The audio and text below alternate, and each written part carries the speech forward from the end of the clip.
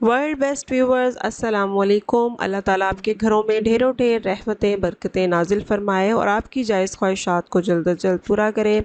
मैं मिसेज़ इफ्तिखार आपके लिए लेकर आई हूँ भरे हुए बैंगन की रेसिपी। बहुत ही इजी और झटपट बन जाती है। बैंगन के जहाँ बहुत से फ़ायदे हैं, वहाँ पे ये जायके में भी बहुत ही लाजवाब होता है। तो आइए इस मज़ेदार सी रेसिपी को बनाना स्टार्ट करते हैं। बिस्मिल्लाहिर्रहमानिर्रहीम। सबसे पहले देखिए जी, मेरे पास 1 केजी बैंगन है, जिनका साइज़ जो है बिल्कुल मुनासिब है, ना बहुत ज़्यादा बड़ा है और ना ही ये छोटा है, मीडियम साइज़ है इनका। और ये देखिए देखने में कितने फ्रेश हैं। अब क्या करना है, इसको हमने कट लगाना है। कट इस तरह से लगाएंगे कि इसको अलग नहीं करेंगे, सेंटर से कट लगाएंगे और 2 कट साइडों से इस तरह से, और दूसरी साइड से हम टोटल 2 कट लगाएंगे। ठीक है, इक्वली इस तरह से सारे बैंगन्स को कट कर लेंगे। कट करने के बाद हमें इसको अच्छे से चेक कर लेना है कि कोई बैंगन ख़राब नहीं होना चाहिए, क्योंकि बाज़ात हमें पता ही नहीं चलता कि अंदर ही अंदर इसके अंदर कुछ कीड़ा वगैरह लगा होता है। इसको अच्छे से चेक कर लेंगे। जो बैंगन जहाँ से ख़राब है, थोड़ा ख़राब है तो उतना हिस्सा काट देंगे, ज़्यादा ख़राब है तो ज़ाहिर है हमें फिर उस बैंगन को वेस्ट करना पड़ेगा। यहाँ पे ये बैंगन थोड़ा सा ख़राब था, मैंने इस तरीके से इसे कट कर दिया है। बस इसी तरह से हम सारे बैंगन को अच्छी तरह से चेक कर लेंगे। उसके बाद हमें क्या करना है कि इसकी फिलिंग तैयार करनी है मसालों की, जो कि हम इसके अंदर फिल करेंगे। ठीक है, चलें अब मैं आपको दिखाती हूँ कि जो स्पाइसेस हमें चाहिए बैंगन के अंदर फिल करने के लिए वो क्या क्या है। एक प्लेट में नमक ले लेंगे हस्बे ज़ायका। 2 टेबलस्पून भर के मैंने इसमें लिया है कुटा हुआ साबुत सूखा धनिया, लाल मिर्च, गरम मसाला। ये मेरे पास है मस्टर्ड पाउडर, हल्दी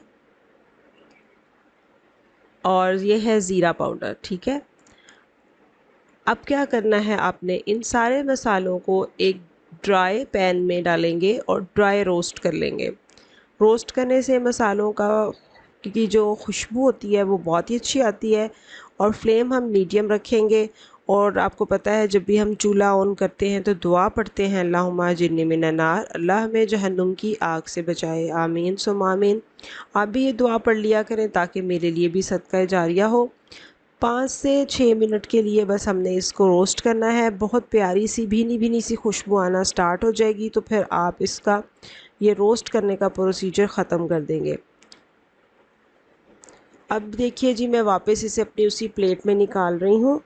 बहुत ही प्यारी इस वक्त इसकी खुशबू आती है मसालों की जब आप इसे रोस्ट करते हैं। तो अब क्या करना है, बैंगन को पकड़ लें और हाथ की मदद से उसके अंदर इन सारे मसालों को स्प्रिंकल करते रहें।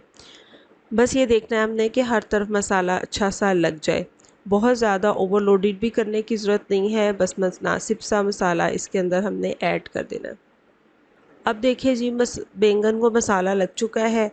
अब एक कुकिंग पैन ले लें और उसमें हमने डाला है cooking oil 2 cup. 2 cup cooking oil मैंने इसमें शामिल किया और साथ ही इसके अंदर मैं रख रही हूँ बैंगन। एक एक करके बैंगन को फैला के रखेंगे और उसके बाद हमने इसको ढक कर स्टीम देनी है ताकि बैंगन अच्छे से गल जाए। ये कुछ वो बैंगन हैं जो ख़राब थे, उनमें से जो साफ़ पार्ट थे वो मैंने निकाल लिए थे, वो मैं इसके अंदर डाल रही हूँ ताकि वेस्ट ना करूँ और इसका भी ग्रेवी सी बन जाएगी इसके अंदर। ठीक है, अब इसको मैंने ढक देना है। 5 मिनट के बाद इसको फिर से देखेंगे और फ्लेम मैंने यहाँ पे बहुत मीडियम रखी हुई है, मैं इसीलिए आपको दिखा रही हूँ।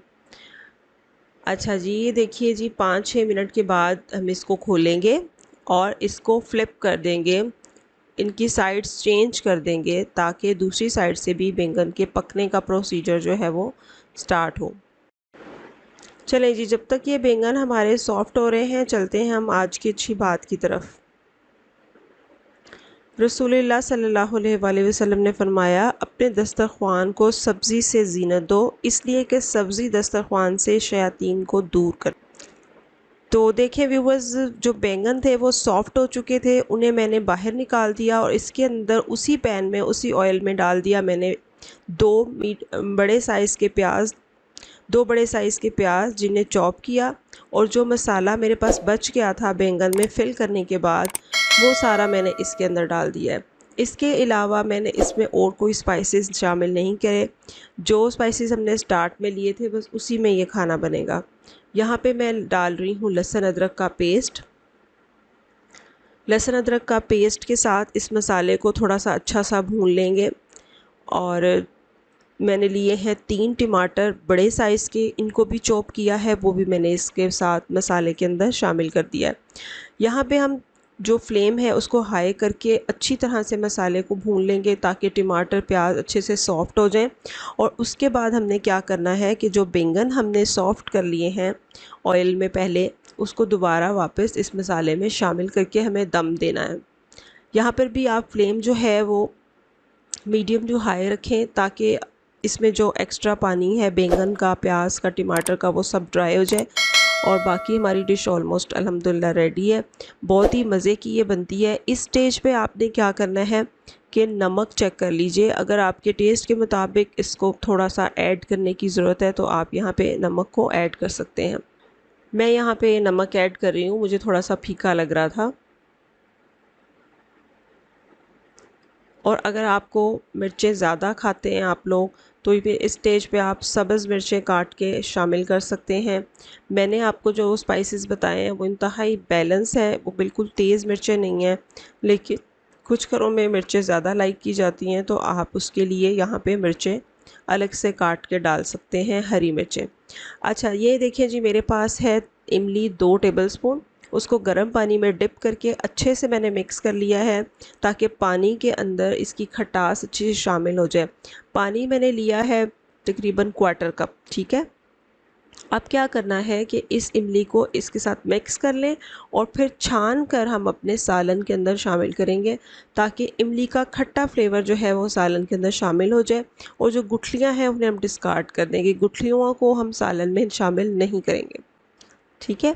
अब क्या करें, फिर से इसका चूल्हा तेज़ कर दें और 3 से 4 मिनट आप तेज़ चूल्हे पे जब इसको पकाएंगे तो जो पानी हमने अभी इसमें शामिल किया है वो बिल्कुल अच्छा सा ड्राई हो जाएगा और ख़ूबसूरत सा मज़ेदार सा टेस्ट जो है वो बैंगन के अंदर इमली का आ जाएगा। और व्यूअर्स, साथ ही काम करते करते दुरूद शरीफ पढ़ते रहा करें, इससे खाने में बरकत होती है, खाने वालों में प्यार होता है और आपको थकावट का एहसास नहीं होता है और नेकियों में बेबहा इजाफ़ा होता रहता है। और साथ ही ये होगा कि अगर आप भी दुरूद शरीफ पढ़ेंगे तो मेरे लिए भी सदका जारिया होगा। यहाँ पे देखें कितना प्यारा कलर आ गया। अब लास्ट में मैं इसमें हरा धनिया शामिल कर रही हूँ।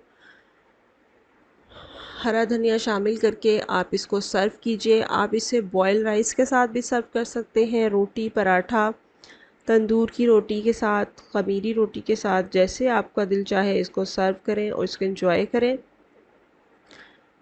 और आपको मेरी रेसिपी कैसी लगी इसका मुझे ज़रूर बताइएगा। जी तो व्यूवर्स, ये थी मेरी आज की रेसिपी। उम्मीद करती हूँ आपको पसंद आई। ज़िंदगी रही तो फिर मिलेंगे एक नई रेसिपी के साथ। तब तक के लिए अपना बहुत सारा ख्याल रखिएगा, दुआओं में याद रखिएगा। Thank you so much for watching my channel. Have a good day. अल्लाह हाफिज़।